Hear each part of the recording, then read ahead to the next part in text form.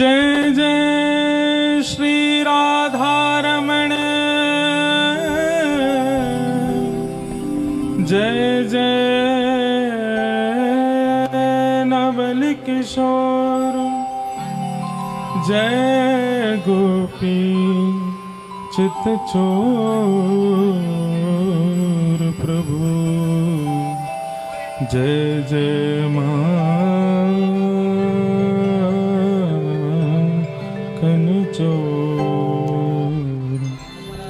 श्री वृंदावन बिहारी लाल की, श्री राधा रमण लाल की, राधा वल्लभ लाल की, सद्गुरुदेव भगवान की, भक्तराज श्री नारद जी महाराज की, श्री गोस्वामी तुलसीदास जी महाराज की, राजा रामचंद्र भगवान की, मधुर महोत्सव की जय जय श्री राधे।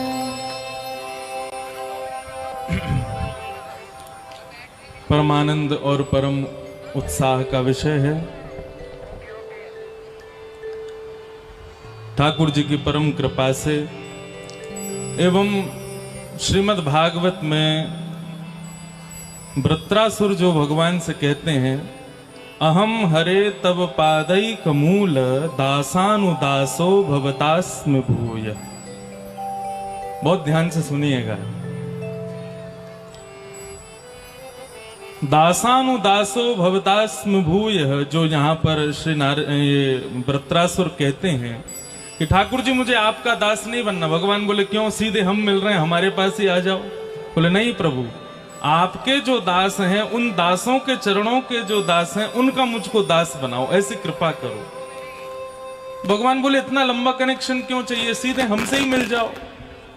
लेकिन वृत्रासुर का लॉजिक बहुत अच्छा है। ठाकुर जी आपको अपना भक्त बहुत प्रिय है, लेकिन जब आप अपने भक्त के चरणों में किसी को देखते हो तो उसके प्रति आपको ज्यादा प्रीति होती है, परंतु उस भक्त के चरणों में जो भक्त, उसके चरणों में जो भक्त, उसके प्रति तो आप सब अपना भाव खोल देते हो।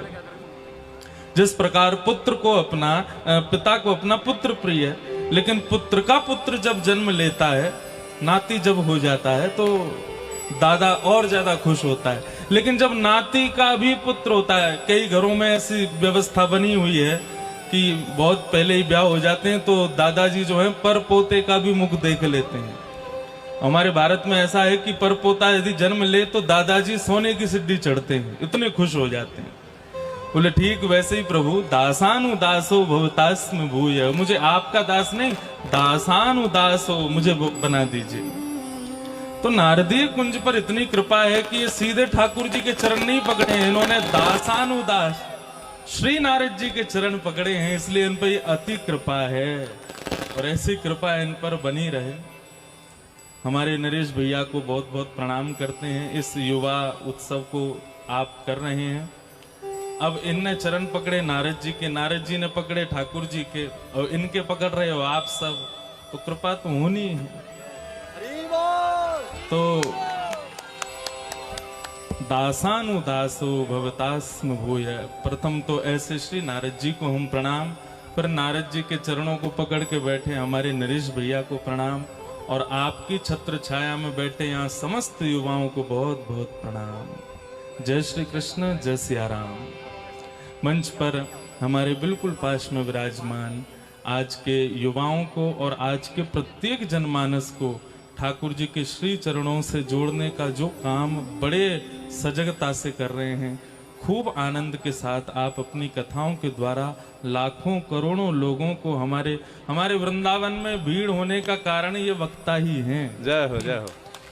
आजकल वृंदावन में इतनी भीड़ हो गई है महाराज, अरे बोल कि बस पूछो मत। हम वृंदावन वालों को ही गाड़ी निकालने में पहले 5 बार सोचना पड़ता है कि जाएं कि नहीं। और वृंदावन की इतनी महिमा गाई किसने? कथा वक्ताओं ने ही गाई है। जय हो, जय हो। और विशेष रूप में उनमें सबसे ऊपर आपका ही नाम है। अरे वो जो इतने युवाओं को, इतने लोगों को वृंदावन का इतना रस चखा देते हैं महाराज, कि फिर लोग आके वृंदावन में कहते हैं कि बस यहाँ से अब कहीं नहीं जाना है। वृंदावन छोटा सा बेचारा हमारा, लेकिन भीड़ इतनी हो गई है। तो ऐसे प्रत्येक जीव मानस को, प्रत्येक युवाओं को ठाकुर जी के चरणों से जोड़ने में जो अपनी वाणी के द्वारा देश विदेश और भारत के कोने कोने में जाकर के इस सेवा को कर रहे हैं, ऐसे हमारे अग्रज भ्राता स्वरूप श्री अनिरुद्धाचार्य जी महाराज को बारंबार प्रणाम। आप श्री यहाँ विराजमान जिनका अभी वक्तव्य आप सुन रहे थे, हमारे बटुक जी, जो कि बहुत मधुर बोलते हैं, आपकी वाक पुष्टता बड़ी अच्छी है। जब बोलते हैं तो ऐसा लगता है कि मानो जैसे कोई बिल्कुल जो है बिना सोचे विचार, हमको भी थोड़ा सोचना पड़ता है, लेकिन आप बिना सोचे विचारे धड़ाधड़ बोलते हैं तो बहुत अच्छा लगता है। ऐसे हमारे बटुक जी को प्रणाम। उनके भी पास में विराजमान गाजियाबाद में जिनसे हमारा पहला संबंध है, ऐसे हमारे श्री नवनीत प्रियादास जी, अभी 4-5 दिन पहले भी आपके उत्सव में आगमन भक्तमाल जयंती पर हुआ था और बड़ा स्नेह आपका प्राप्त होता है। यही इस तरफ विराजमान मिथिला रस में सराबोर हमारी तुलसी दीदी जी, जिनकी बड़ी कृपामयी प्रेममयी छत्र छाया सब वैष्णवों को प्राप्त होती है। और आदि आदि विराजमान मंच पर समस्त भक्त वृंद संत वृंदों को, वक्ताओं को बारंबार प्रणाम करता हूँ। यहाँ पर अभी पहले आप चल रहा था, पहले महाराज जी बोले, पहले हम बोले, तो ये बात है कि भाई ओपनर जितने रन बनाएगा टीम को उतना अच्छा रहेगा। हरी बोल। तो हमने कही, तो महाराज जी बोले पहले आप जाओ, बैठ लो, छक्के चौके मार के आओ, बाद में टीम हम संभालेंगे। हरी बोल। तो वैसे तो यहाँ ओपनिंग तो आप सब नारदीय कुंज के बालकों ने ही कर दी यहाँ प्रस्तुति करके, तो छक्के चौके तो पहले ही पड़ गए हैं। लेकिन अभी ये मैच जो है आध्यात्मिक मैच अपने विश्रांति की ओर जा रहा है और ये कुछ बल्लेबाज अभी यहाँ आए हैं। बल्लेबाज नहीं है, वक्ताबाज हैं, सब वक्ता हैं, सब बोलेंगे कुछ अपने अपने भाव से, सबको आनंदित कराएंगे। ऐसी ऐसी गेंद फेंकेंगे, कौन कौन लपके वो आपके ऊपर निर्भर करता है। तो ज्यादा समय नहीं लेंगे, मैं भी दक्षिण से आ रहा हूं और अब बंबई जाना है रात में ही। महाराज जी की तो मैं सुन के ही आश्चर्य कर रहा हूँ, कथा करके आए हैं, अब प्रसाद भी शायद पाया तो नहीं होगा अभी। और कथा करने के बाद में बहुत जोर की भूख लगती है। 4 घंटा कथा करने के बाद यूँ लगती है बस 2 घंटा कोई बोले नहीं हमसे और हमको कुछ बढ़िया प्रसाद ही मिले तो पेट भरे थोड़ा। तो अभी आप बहुत भूखे भी होंगे, लेकिन फिर भी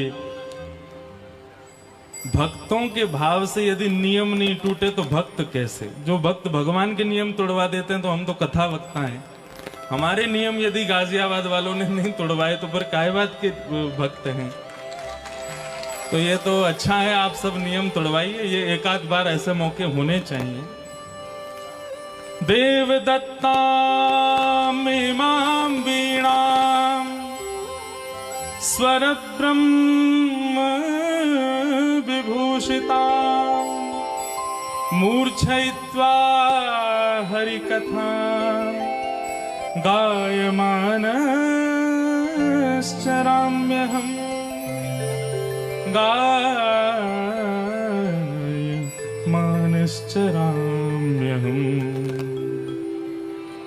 श्रीमद् भागवत में बस आज नारद जी महाराज का प्राकट्य दिवस है, उनको प्रणाम कर लो और उनसे जो एक बात हम सीखते हैं वो सबको सीखनी चाहिए। नारद जी महाराज, श्रीमद् भागवत में ये श्लोक आता है जब नारद जी अपने पूर्व जन्म की कथा सुनाते हैं और पूर्व जन्म की कथा सुनाते हुए वेद व्यास जी से कहते हैं कि व्यास जी आप समाधि लगाओ, ध्यान लगाओ, समाधि में बड़ी ताकत है। सुबह बादल गरज रहे थे, अभी ये माइक गरज रहा है। अब इंद्र के हाथ में माइक है ना, इसलिए गरज रहा है। तो अभी मत गरजना, अभी मुझे ही गरजने दो। तो ध्यान से सुनो, बहुत अच्छी बात है। थोड़ी देर भैया ने, हाँ। देव दत्ताम मिमाम वीणाम स्वरत ब्रह्म विभूषिताम मूर्छयित्वा हरिकथाम गायमानश्चराम्यहम्। नारद जी महाराज कहते हैं वेद व्यास जी, जो मेरे हाथ में वीणा है ना, ये साधारण वीणा नहीं है, देवदत्ताम मिमाम वीणाम, ये भगवान ने प्रसन्न होकर के मुझको प्रदान की है। और मैं इस वीणा पर कोई सांसारिक चर्चा नहीं सुनाता, सांसारिक बातें नहीं कहता। मूर्छयित्वा हरि कथाम गायमानश्चराम्य हम, मैं पूरे तीनों लोकों में विचरण करता हूं और केवल हरि चर्चा ही इससे सुनाता हूं। नारद जी के इस भाव से आपको क्या समझ में आया? भगवान ने हम सबको वीणा प्रदान की है, कोई ना कोई गुण हम सबके पास है। इस सभागृह में, इस मैदान में बैठा प्रत्येक व्यक्ति कोई ना कोई गुण से युक्त है। कोई गाना जानता है, कोई नाचना जानता है, कोई भोजन बनाना जानता है, कोई बहुत विद्वान है, कोई गाड़ी चलाना जानता है, आदि आदि सबके पास कोई ना कोई गुण होंगे। कोई बुद्धि से बहुत चतुर है, कोई शरीर से बड़ा हृष्टपुष्ट है। हम सबको कोई ना कोई गुण से ठाकुर जी ने युक्त करके भेजा। इस संसार में हम आए हैं तो इसका मतलब ये निश्चित है कि कोई गुण हमारे भीतर है, लेकिन अपने प्रत्येक उस गुण से हम संसार को यदि रिझाने का काम कर रहे हैं तो यही समझ लो हम लोग दैत्य हैं। और यदि अपने प्रत्येक उसी गुण से हम ठाकुर जी को रिझाने की क्रिया कर रहे हैं तो हम ही सब देवर्षि नारद हैं। जय हो, जय हो। मेरे पास में गला है, मैं चाहूं तो फिल्मी संगीत जाकर के वहां पर दुनिया भर के ये फिल्मी गीत गाऊं, लेकिन उससे क्या होगा? आज रीझेंगे, कल कोई और गायक आ जाएगा उससे रीझेंगे, फिर दुनिया भर के सांसारिक संगीत गा करके क्या करना है? लेकिन आज इस गले को लगाया है कहां? श्री गिरधर लाल जी की सेवा में, अपने ठाकुर जी की सेवा में, अपने राधा रमन जी की सेवा में।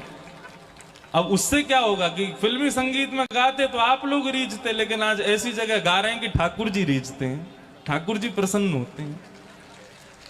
कहने का अभिप्राय नारद जी के भाव से केवल इतना समझना है कि हम सब गुण युक्त हैं। अपने गुण से किसी को रिझाने का प्रयास मत करो, केवल हमारे ठाकुर जी रीझें।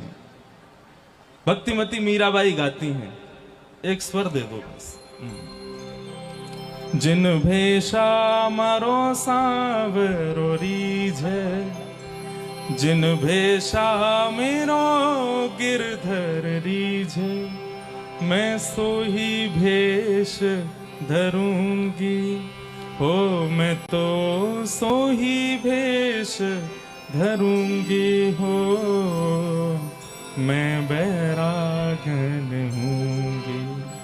अब आप हमारे अनिरुद्धाचार्य जी का दर्शन करो, इनके माथे पर जो ये 12 अंगुल का तिलक है, इनकी जो वेशभूषा है, हमारे नरेश भैया जी का स्वरूप का दर्शन करो, माथे पर इतना सुंदर ये एक चिन्ह विराजमान तिलक का, यहाँ पर विराजमान सब लोगों का दर्शन करो और अपना दर्शन करो, सेल्फी निकाल के कैमरा। हरि बोल। आप लोगों का दर्शन देख करके ऐसा लग रहा है कि आप लोग यहाँ किसी को रिझाने आए हो, कि भाई हमारे कपड़े देख के कोई रीझ जाए, हमारे परफ्यूम सूंघ करके कोई कहे परफ्यूम बहुत अच्छा है, हमारी गाड़ी देख के, हमारे बाल देख के, हेयर स्टाइल देख के कोई कहे कि भाई बहुत अच्छे हो। लेकिन यहाँ बैठे जितने लोग हैं इनके स्वरूप से कोई रीझे नहीं रीझे, ठाकुर जी कहेंगे हाँ ये मेरा ही है, क्योंकि मेरे चिन्हों से युक्त है।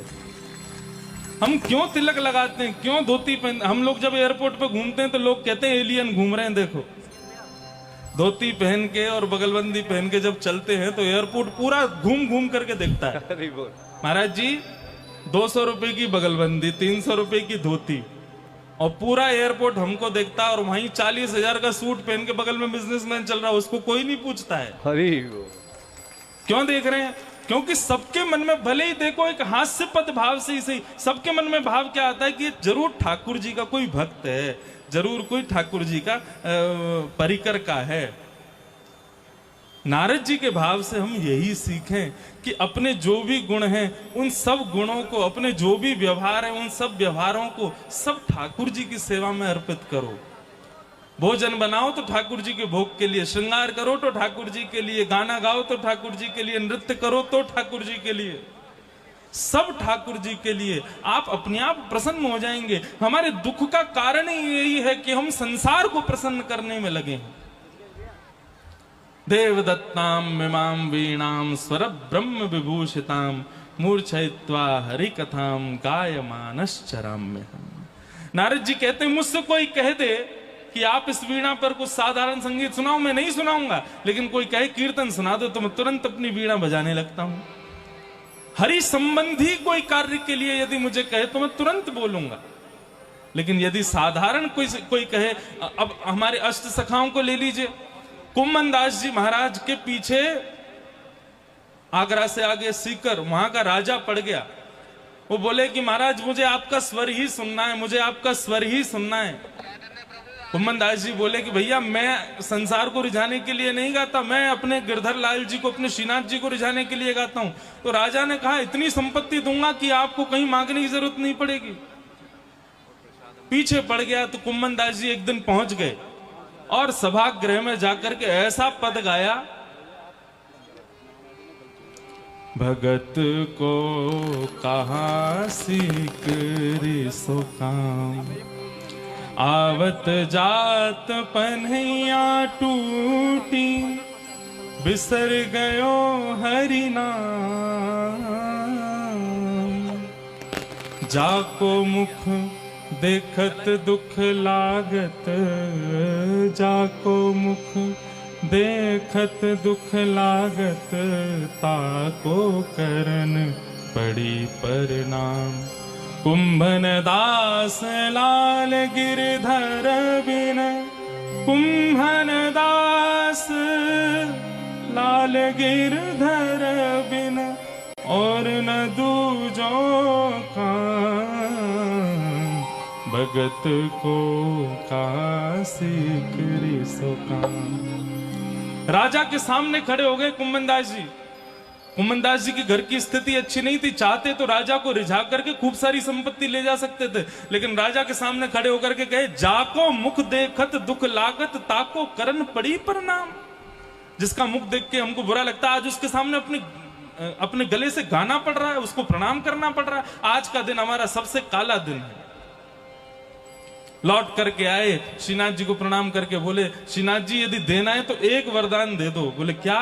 बोले दूसरा कोई मुझे सुनने के लिए यदि कहे ना कि कुछ गा के सुनाओ तो मेरा गला ही बैठ जाए, मैं मर जाऊं, लेकिन मेरा कंठ का ये स्वर केवल आपके लिए प्रकट हो और किसी के लिए प्रकट ना हो। हम लोग थोड़ी सी योग्यता मिल जाती है, तुरंत संसार को रिझाने में लगते हैं। देखा तूने मेरी गाड़ी देखी, कितनी बढ़िया गाड़ी है, मेरी ड्रेस देखी, मैंने वहां से सिलवाई है, मेरी पत्नी देखी वहां से आई है, कितना दहेज मिला, इसी में ही लगे रहते हैं अपने गुणों से, अपनी योग्यताओं से। कभी ठाकुर जी कहें भाई तेरा गायन मुझे प्रिय लगा, कभी आप भोग लगाओ तो आपके लड्डू गोपाल बोल पड़े, अरे भैया आज तो देना बहुत जोर की दाल बनाई है। कभी ऐसा हो तो आनंद आवे ना। इन उत्सवों का, इन कथाओं का बंधुओं केवल एक ही फल है कि श्याम सुंदर हमारी किसी सेवा से प्रसन्न हो जाएं, बोल पड़े कि मैं प्रसन्न हूं, मैं आनंदित हूं। हमें कुछ नहीं चाहिए। एक बात सत्य कहूं, हमें यह भी नहीं चाहिए कि ठाकुर जी हमें मिल जाएं, बस कभी स्वप्न में ही से एक बार कह दें कि मैं तुझसे प्रसन्न हूं, बस हमें और कुछ नहीं, हम उसी में ही हम आनंदित हो जाएंगे। तो ऐसे युवाओं को मेरा बहुत बहुत प्रणाम है। आप सब अपने सौंदर्य की योग्यताओं से प्रदर्शन करो ठाकुर जी के नाट्य का। ठाकुर जी के नाट्य होते नहीं है, संसार के नाट्य होते हैं, ठाकुर जी की तो वास्तविकता होती है। आज तुलसीदास जी का नाट्य थोड़ी देखा हमने, तुलसीदास जी का वास्तविकता देखी हमने। महाराज जी मैं क्षमा चाहूं लेट हो गया, लेकिन मैं रास्ते में लाइव देखता आ रहा था। हाँ, मैंने कि भाई कहीं वहां पहुंच करके पता चली कि पूरा उत्सव हो गया और मैं कुछ बोल ही नहीं पाया। नहीं, मैंने पूरा दर्शन किया, किस प्रकार गोस्वामी तुलसीदास जी महाराज चंदन घिस रहे हैं, राम जी आके तिलक करते हैं, हनुमान जी बता रहे, मैं सब दर्शन करता आ रहा था। आप सब महापुरुषों का भी दर्शन हो रहा था। तो मैं भले ही देह से नहीं, वैसे डिजिटली उपस्थित था यहीं पर। तो मेरी सबसे यही प्रार्थना है, आप सब लोग अपने अपने गुणों को खोजिए, और खोजिए क्या है ही है सब में गुण, और अपने उस गुण से ठाकुर जी को रिझाने का प्रयास कीजिए। बस इससे अधिक और कुछ नहीं करना, यही भक्ति है। अपनी योग्यताओं से ठाकुर जी को रिझाइए। आज के इस मंगल महोत्सव की आप सबको बधाई हो। इतनी रूखी बधाई ना लें हम ब्रजवासी, जोर की बधाई चाहिए। बधाई हो, बधाई हो, बधाई हो। नरेश भैया को बहुत बहुत बधाई ऐसे मंगलमय उत्सव के, और हमारे सारे युवा भाइयों को बहुत बहुत प्रणाम वंदन करते हैं कि आप लोगों की भक्ति ऐसे ही बढ़ती रहे। ठाकुर जी इतनी कृपा करें कि एक दिन मधुर महोत्सव में इस मंगलमय उत्सव में आप किसी भक्त चरित्र का सुंदर भाव यहाँ प्रकट करो, और उस प्रकट में जो बालक ठाकुर जी के रूप में आ रहा हो उसकी जगह स्वयं ठाकुर जी ही एक दिन प्रकट हो जाएं। इस मधुर महोत्सव को ठाकुर जी स्वीकार करें, बस इसी भाव के साथ। जय जय श्री राम। श्री